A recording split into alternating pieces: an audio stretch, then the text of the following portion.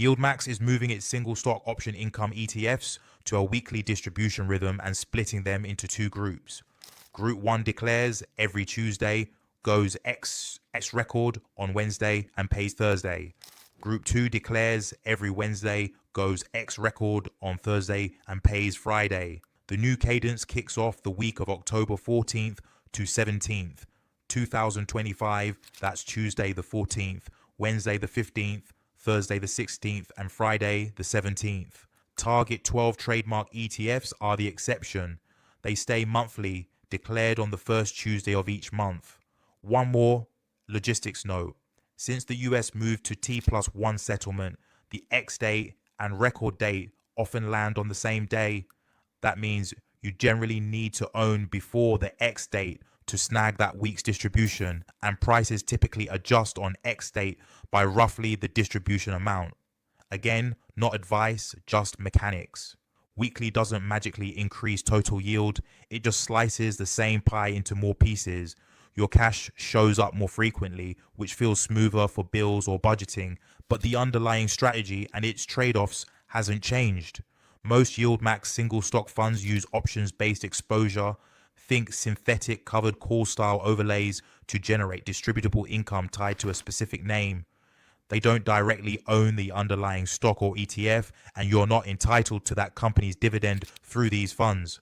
Upside is capped, downside still exists. Weekly timing doesn't change that. First, cash flow rhythm. Getting paid Thursdays and Fridays can make your money feel more real life. Rent, groceries, side hustle timing, all that. Second, behavioral benefits. For some folks, seeing money land every week takes the edge off and reduces the urge to overtrade or chase nonsense. Not everyone, but plenty. Third, reinvestment cadence. If you drip or manually reinvest, weekly gives you more bite-sized entries. Just keep it real. Frequency alone doesn't boost performance. Market moves and distribution variability do the heavy lifting. Payouts will fluctuate. Some weeks are light, some hit, and that's normal for option income strategies. No safety upgrade. Weekly checks don't fix single issuer risk or market risk. The funds are transparent about this. Distributions aren't promised and can vary a lot. Know your distribution mix. Payouts can include ordinary income, capital gains, and return of capital.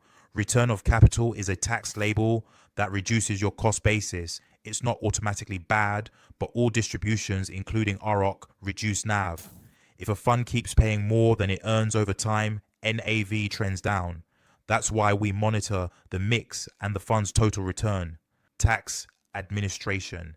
In taxable accounts, more frequent payouts mean more line items on your 1099 DIV. If that sounds annoying, you're not wrong. Talk to a pro. Let's say your goal is $400 a month on average. That's about $100 a week, knowing some weeks will be light. To make it feel like a paycheck, split your target across both payout days. Step 1. Pick positions from Group 1 and Group 2 so you typically see 2 hits a week. Keep each position size modestly. Don't let one ticker be the whole show. Step 2. DCA in over 4 to 8 weeks.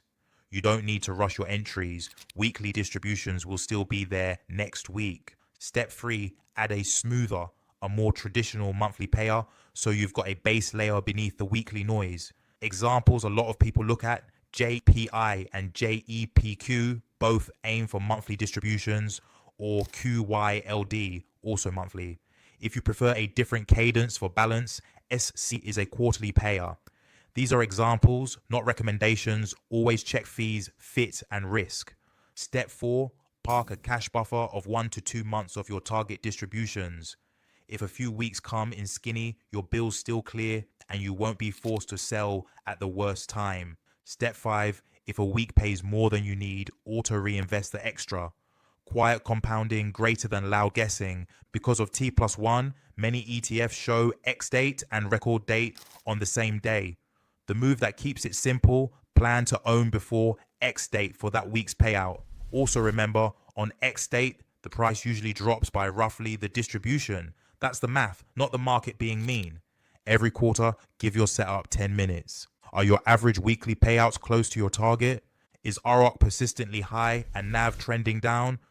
Is your single name exposure still comfortable? If something's off, rebalance across groups, beef up the smoother, or add to your cash buffer. Weekly payouts are clutch if you like frequent, predictable touch points and you're cool with capped upside and normal market risk. It's not for you if you need the exact same dollar amount every week, hate single name volatility, or you're not trying to check your distribution mix from time to time. So here's the recap you can screen grab. YieldMax is shifting most single stock option income ETFs to weekly payouts via two groups, Thursdays and Fridays, starting the week of October 14th to 17th, 2025. Target 12, still monthly. Weekly is about cash flow feel, not a free lunch. Mix Group 1 plus, Group 2, add a monthly smoother, keep a cash buffer and watch your distribution mix and NAV trend. What do you think? Does weekly income make these ETFs more attractive, or is this just clever packaging? Drop your take below.